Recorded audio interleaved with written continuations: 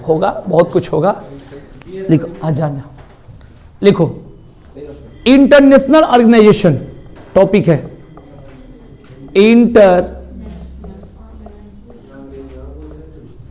Organisation.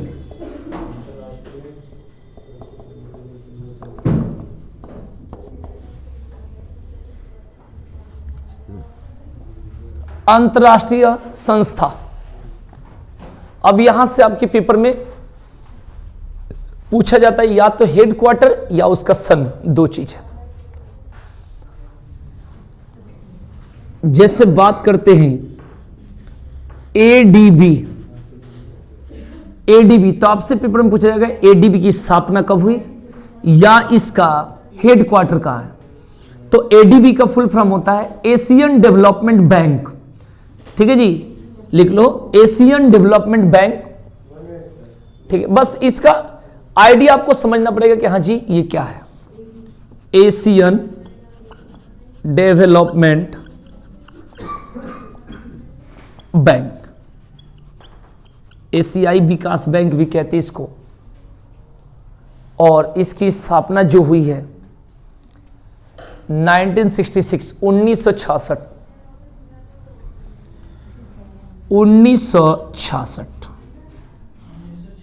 हाँ, ये paper में आपसे पूछा जाएगा एडीबी की स्थापना कब है। जैसे आपने सुना होगा WHO, यूनेस्को, सार्क, इस तरीके से। और इसका हेडक्वार्टर है, HQ लिख दूंगा तो समझ लेना, हेडक्वार्टर मतलब मुख्यालय। ये है फिलीपींस की राजधानी मनीला। मनीला, ये मनीला कहां की राजधानी है? Philippines, Philippines.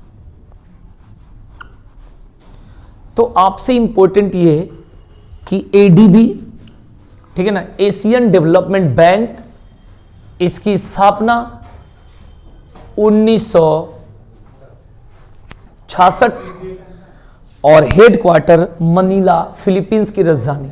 ठीक है ना। कंट्रीज मेंबर नहीं पूछता है, बढ़ जाता है, लेकिन फिर भी लिखना तो 67 देश है इसके मेंबर, ये बढ़ जाता है, इसमें कोई दिक्कत नहीं है। हमें जरूरत इस बात की है कि इसका फुल फॉर्म भी नहीं, ये आइडिया लगे, मतलब ये है इसकी स्थापना और हेडक्वार्टर, 2 पॉइंट आपको ज्यादा ध्यान देना, बस क्लियर। दूसरा पॉइंट लिखेंगे, नेक्स्ट पॉइंट सार्क। हाँ, SAARC, सार्क। ठीक है जी, सबसे पहले इसकी स्थापना लिखना। इस स्थापना 1985, 1985, 1985। हेडक्वार्टर है काठमांडू, ये नेपाल की राजधानी है भाई। हेडक्वार्टर है काठमांडू।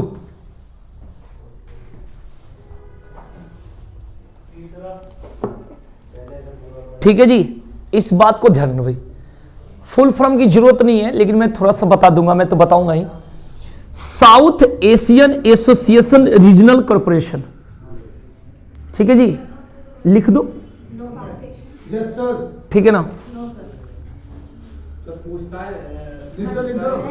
लिख दूंगा, पूछने की जरूरत नहीं है, मैं जानकारी के लिए। ठीक है ना, south Asian Association Regional Corporation. ठीक है जी, लिख दो। ये कह रहा है लिख दो, साउथ एशियन एसोसिएशन, मुझे कोई दिक्कत हो रही है लिखने में, एसोसिएशन रीजनल। लो, टाइम कितना लगेगा लिखने में, इसके हिंदी भी बता दूंगा। ठीक है, तो ये ध्यान रखना। हाँ, दक्षिण एशियाई क्षेत्रीय सहयोग संगठन, मैं तो कुछ भी निकाल दूं, लेकिन वो ये जितना जरूरत है, डॉक्टरी थोड़े करना है, बस काम करना। तो एक तो सार्क की स्थापना और हेडक्वार्टर, क्लियर हो गया। इसके बाद आप लोग लिखेंगे आसियान, एक वर्ड है, बाद में फुल फॉर्म के चक्कर में पढ़ना भी बस काम से काम।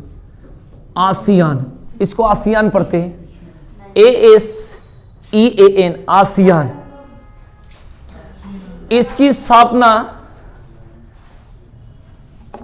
1967, 1967।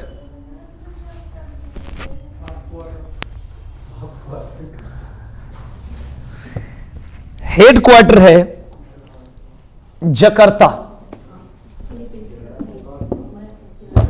जकार्ता इंडोनेशिया की राजधानी है भाई, जकार्ता, जकार्ता।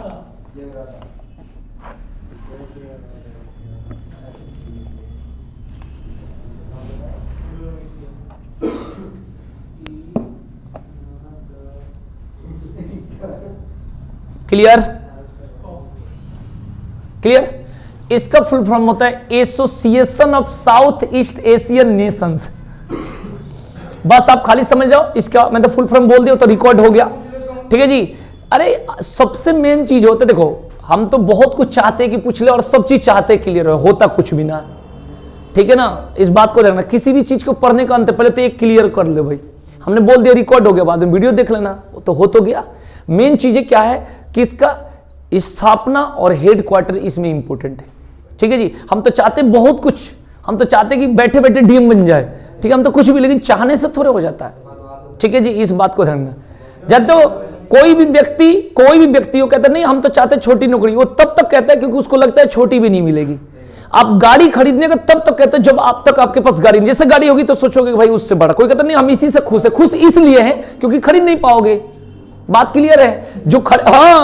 जो भाई आपके पास किसी भी व्यक्ति के पास गाड़ी है, देखना तो क्या करता है, बदलते रहता है अपना, उससे बड़ी लेगा। एक तो ये चीज है। दूसरी चीज क्या होता है, कुछ लोग कहते हैं नहीं हम चाहते कि हम ठेली पर ही खाने में खुश रहते। कोई नहीं ठेली पर खाने में खुश रहता है, ठीक है जी। सब लोग आपकी मजबूरी हो है, ठीक है ना। चल ये कुछ और भी बात हो गया, मुझे समझ में नहीं आया। हो गया भाई क्लियर।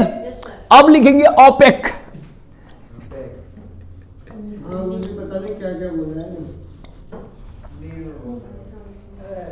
अब भाई इसके पास गाड़ी है, हमारे पास तो साइकिल भी नहीं है, मैं पैदल आता जाता हूं, ठीक है जी। तो बात करते नहीं है मेरे पास, तभी तो मैं कह रहा हूं गाड़ी बेकार। तो ओपेक की बात करेंगे तो इसकी फुल फॉर्म चल दो, पहले इसकी स्थापना लिखो, है ना। इसकी स्थापना लिखेंगे 1960, 1960, ठीक है ना। और हेडक्वार्टर जो है वियना, हेडक्वार्टर वियना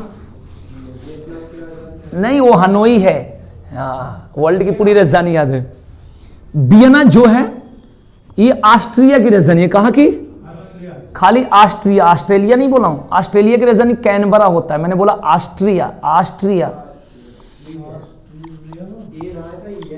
ठीक है ना। अरे लो ना भाई, ले, अच्छा बता दिया। ओ ठीक है ना। वियना हो गया। ओपेक की स्थापना बता दिया, और इस स्थापना कब हुआ? 1960। इसलिए बता रहा हूं क्योंकि बीच बीच में जीके की जरूरत है, इस बात को ध्यान रखें भाई। अब ये हो गया। अब इसकी फुल फॉर्म मैं अपने तरफ से बता देता हूं, अपने तरफ का जो होता है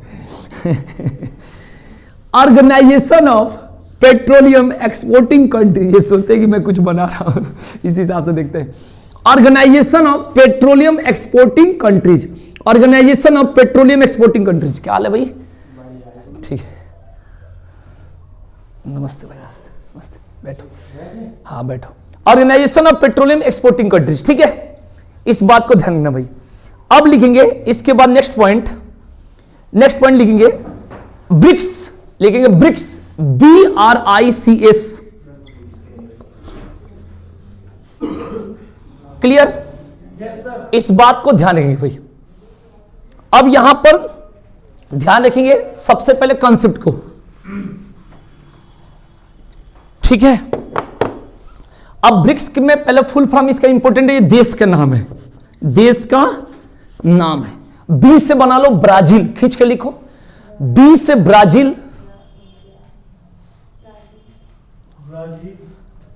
आर से रसिया, रूस को कहते हैं रसिया, आई से बता दो इंडिया, सी से चाइना, हाँ, एस से साउथ अफ्रीका,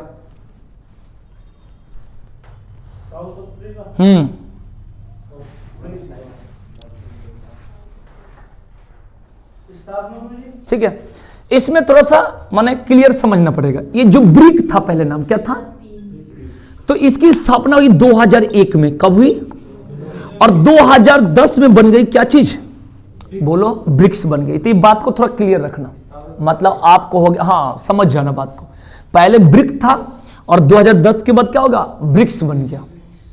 क्लियर हुआ? 2001 में हाँ ब्रिक, जो होगा जो लगा हाँ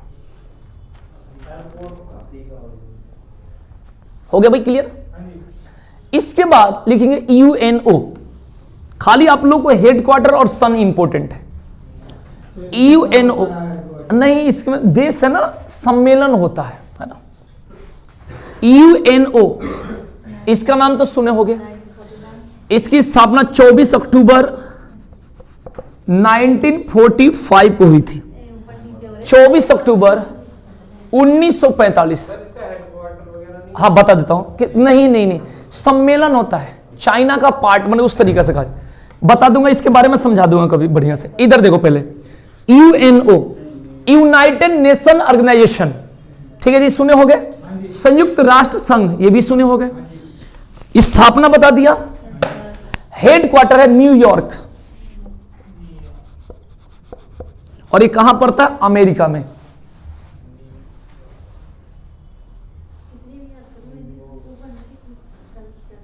है इसलिए भूल जाते क्योंकि उसको बार बार रिवीजन करना पड़ेगा। कोई भी सिलेक्शन लेता है तो पढ़ कर लेता है, उसके लिए बार बार रिवीजन होता है। ठीक है जी, जैसे हम कहते हैं ना कि आगे क्या पढ़ें, जैसे आज हमें पढ़ने का मन नहीं कर रहा है तो उसका अर्थ होता है पीछे का रिवीजन करें। यह भी एक इंपॉर्टेंट पॉइंट है। जैसे मेरे को, आपको लगता है कि हमने ये पढ़ लिया है, मैं कम से कम इसे, अब पता नहीं, अब कहने के लिए मैंने कम से कम कितना कर, जितना भी कहूं तो मैंने 1000 बार से भी ऊपर पढ़ा है, बहुत साल हो गए पढ़ाते, उसके बाद भी हम क्या करते हैं, मिस्टेक हो जाता है, भूल जाते हैं। तो चीजें होती है कि जितना आप जो कामों कर रहे हो दिल से करो। आपको तो एक सिलेक्शन चाहिए, तो सिलेक्शन के लिए उसको रिवीजन भी जरूरत होती है। अब इसमें कुछ चीजें क्या होती है, जो चीजें बार बार माइंड में जा रहा है वो याद रहता है। जैसे हम सबसे अधिक सिंप्लीफिकेशन की प्रैक्टिस करते तो ज्यादा याद रहता है, ब्याज की कम करते कम, तो रिवीजन करो। सबसे पहले आप अपने रजिस्टर पर लिखो कि कौन कौन सा चैप्टर में मेरे ज्यादा दिक्कत है, वो चैप्टर अगर पढ़ा रहे तो उस पर ज्यादा डिस्कस करो। जो चैप्टर पर कम लग रहा है दिक्कत है, भाई दिक्कत तो कभी किसी चीज का खत्म ही नहीं होता, लेकिन आपको एक नौकरी चाहिए तो उसके लिए। अब इसमें देख लो कौन सा टॉपिक, कौन सा पॉइंट है जो हमें ज्यादा याद रहता है, कौन सा नहीं याद रहता है। कोरोना टाइम पर अगर आपको कहा जाए तो WHO खूब लोगों को याद है, WHO बताओ, उस समय तुम्हें WTO का कोई मतलब नहीं होता है। ठीक है जी। मोदी का नाम क्या है भाई, मोदी जी फेमस है, तो वही वाला बात है। अटल बिहारी वाजपेयी भी तो प्रधानमंत्री बने भाई, बताइए। चंद्रशेखर एक थे, वो भी प्रधानमंत्री, चंद्रशेखर आजाद की बात नहीं कर रहा हूं, बहुत लोग हैं ऐसे ऐसे नाम, PV नरसिम्हा राव। लेकिन आप जिस चीजों को ज्यादा मतलब उसको मतलब हमेशा न्यूज में देखते हो तो वही चीज बात रहती है। ठीक है ना। रोग दुनिया में बहुत है, लेकिन कोरोना ऐसा है कि मतलब हर आदमी कोरोना से परिचित है। तो जो चीजें याद नहीं है, सबसे पहले अपने रजिस्टर पर जीके का देख लो कौन कौन सा पॉइंट नहीं, उस पर ज्यादा अपना वो देखो, सर्च करके कैसे भी पढ़ो। लेकिन हम क्या करते हैं, जो चीज आता है ध्यान उसी पर ज्यादा देना चाहते हैं, हम वही पढ़ना चाहते हैं जिसमें मन लग रहा है, बस यही चीज है। जो चीज आता सर ये देना ना, मेरे को आता है, हाँ मैं बना लिया। अरे जो नहीं आता है, क्लास में कोई चीज मैं पढ़ा रहा हूं समझ में नहीं आ रहा है तो सोचो कि हमारी कमियां, उसको सीखना इंपॉर्टेंट है। लेकिन हम कहते हैं यार ये समझ में नहीं आया, हमने अपनी कमी को निकालना नहीं चाह रहे। मैं कहना ये चाह रहा हूं फाइनली कि मैं इतना बार पढ़ा दिया तब भी मेरे से मिस्टेक हो सकता है, तो आप तो 2-4 बार ही पढ़े होंगे। आ जाओ टॉपिक पर। तो यूएनओ के बारे में बात कर रहे थे। तो यूएनओ की स्थापना 24 अक्टूबर, इसकी डेट भी पूछता है इसलिए बताया 1945, संयुक्त राष्ट्र संघ, हेडक्वार्टर न्यूयॉर्क। इसका एक दो बात पूछा जाता है। एक पूछा जाता है इसमें मेंबर, कंट्रीज मेंबर कितने, कई बार पूछा गया, 193, याद रखना कितने हैं, हाँ 193 इसका सदस्य देश है, कई बार पूछा गया है। 193 सदस्य देश है भाई। और अंतिम सदस्य देश का नाम है दक्षिणी सूडान, कई बार पूछा गया। अंतिम सदस्य देश है दक्षिणी सूडान, ठीक है ना, दक्षिणी सूडान। इस बात को ध्यान रखिए भाई।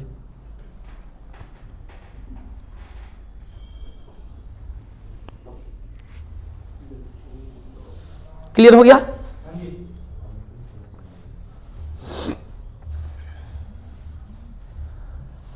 अब हम लोग कोर्ट के बारे में सुन, पहले लिख लिए तो बताओ, जिक्र करूंगा। एक कोर्ट के बारे में क्वेश्चन होता बार बार COURT, कोर्ट मतलब न्यायालय।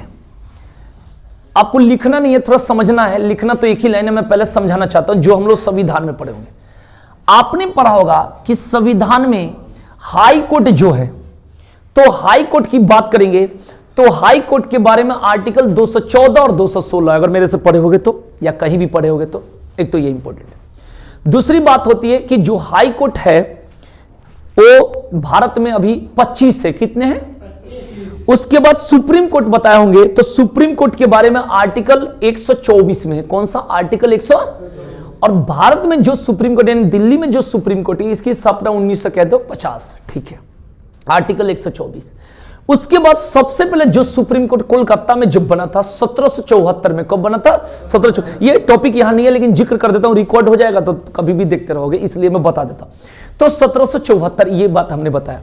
टॉपिक पाना है कि जो यहां पर हमने बताया इंटरनेशनल ऑर्गेनाइजेशन पढ़ रहे हैं, अंतरराष्ट्रीय संस्था पढ़ रहे हैं, इसमें हम लोग को पढ़ना ICJ।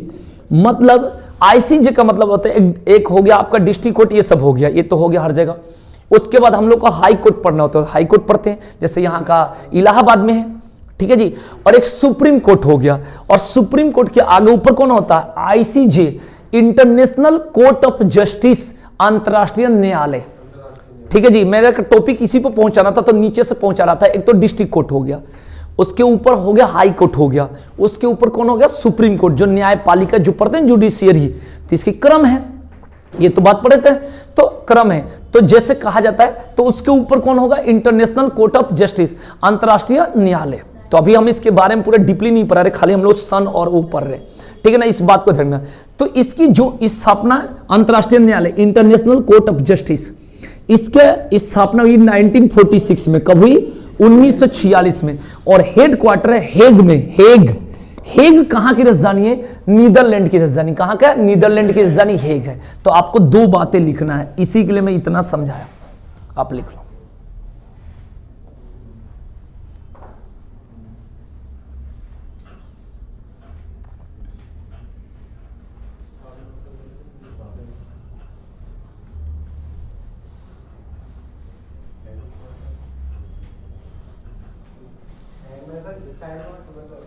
हेड माने वही है, माने हाँ।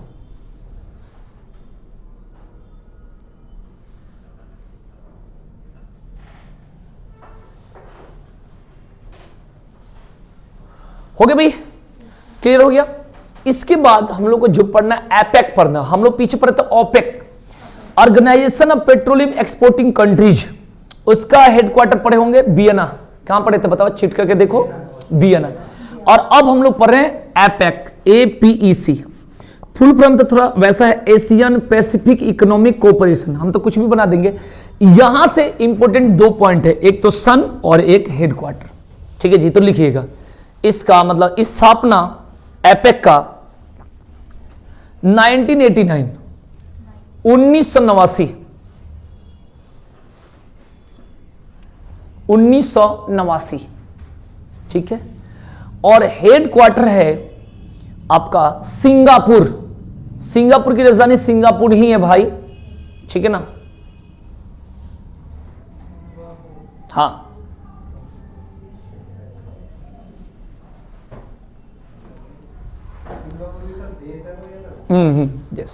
जैसे वेटिकन सिटी वो भी देश है, छोटा सा है, तो उसकी राजधानी सेम है।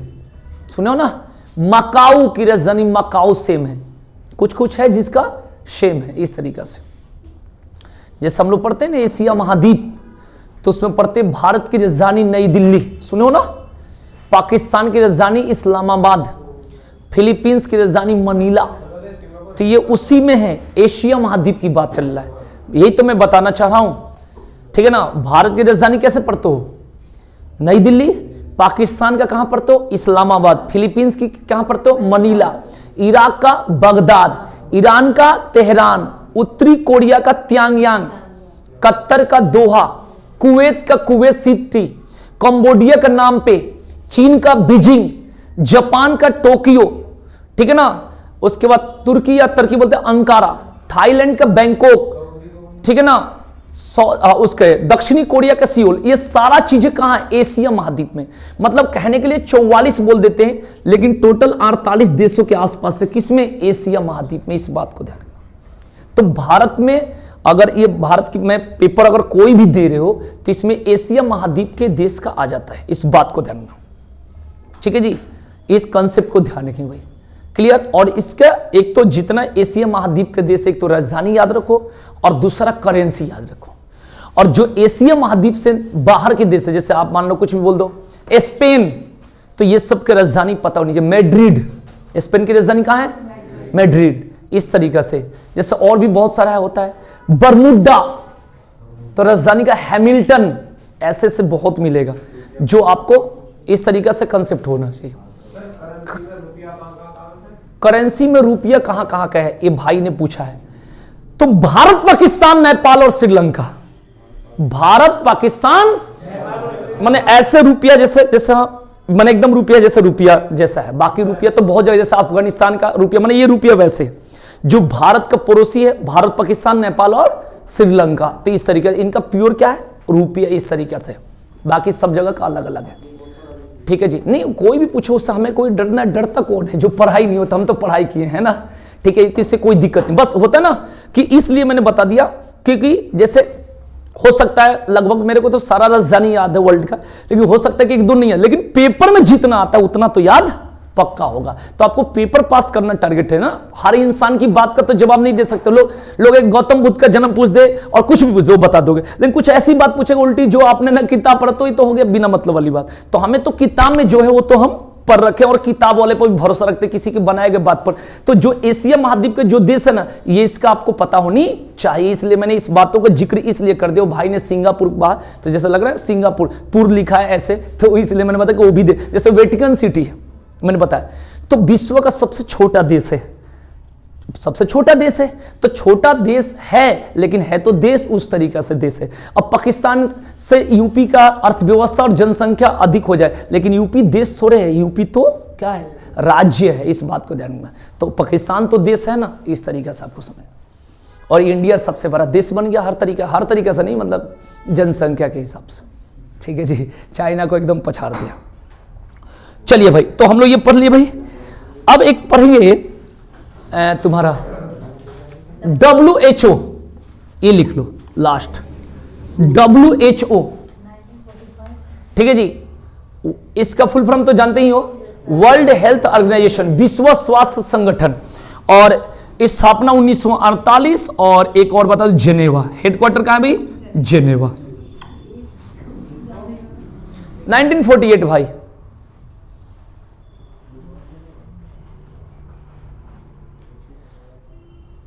अभी बताएंगे जेनेवा कहां है, स्विट्जरलैंड में, ठीक है ना। मेरे से पूछो डायरेक्ट, मजा आएगा मुझे बहुत, ठीक है ना। अभी बता रहा हूं, IMF और वर्ल्ड बैंक दोनों को बताएंगे। वाशिंगटन DC अमेरिका, ठीक है जी, 1945। अभी बता रहा हूं, क्यों घबरा रहे हो? क्लियर, टेंशन मत लो, लिखो। ये हो गया क्लियर। पहले जेनेवा वाला निपटा लो। एक तो हो गया WHO, एक मेरे को बताना वो WTO, वर्ल्ड ट्रेड ऑर्गेनाइजेशन, सुने होगा, विश्व व्यापार संगठन। विश्व व्यापार संगठन, अभी तो लिखाऊं तो बहुत लगेगा, लेकिन टाइम थोड़ा सा नहीं है। वर्ल्ड ट्रेड ऑर्गेनाइजेशन, विश्व व्यापार संगठन, 1995 जेनेवा, 1995 जेनेवा, 1995 जेनेवा।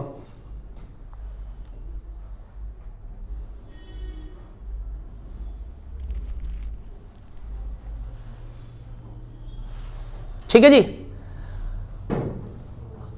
क्लियर। अब एक वर्ड है IMF, मेरी बात को सुनना, और एक है वर्ल्ड बैंक। ये दोनों एक ही जगह की बात है, वर्ल्ड बैंक। पहले समझ लेना फिर लिख लेना। जो सदस्य देश बोला जाता है लगभग 189, इसका भी बोला जाता है 189। इसका भी स्थापना 1945 कहा जाता है, 44-45, 1945 ये भी कहा जाता है। और Washington DC America, Washington DC America same है, आप लिख लो same. IMF international monetary fund, full form की बात। IMF सदस्य देश 189, स्थापना 1945, हेडक्वार्टर पहले लिख लो, ये जितना लिखा उसके बाद बोलूंगा।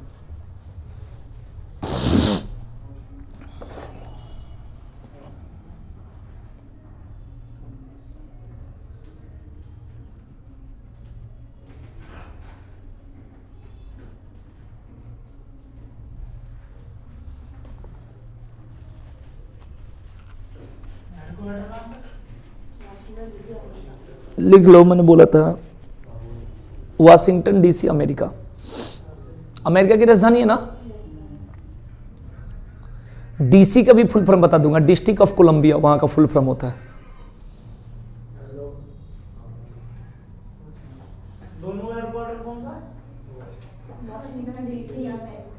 दोनों का सेम है, Washington DC. International monetary fund लिख दूं क्या? लिख लोगे? मॉनेटरी की स्पेलिंग MONETARY। हिंदी में भी बता दूंगा, अंतर्राष्ट्रीय मुद्रा कोष।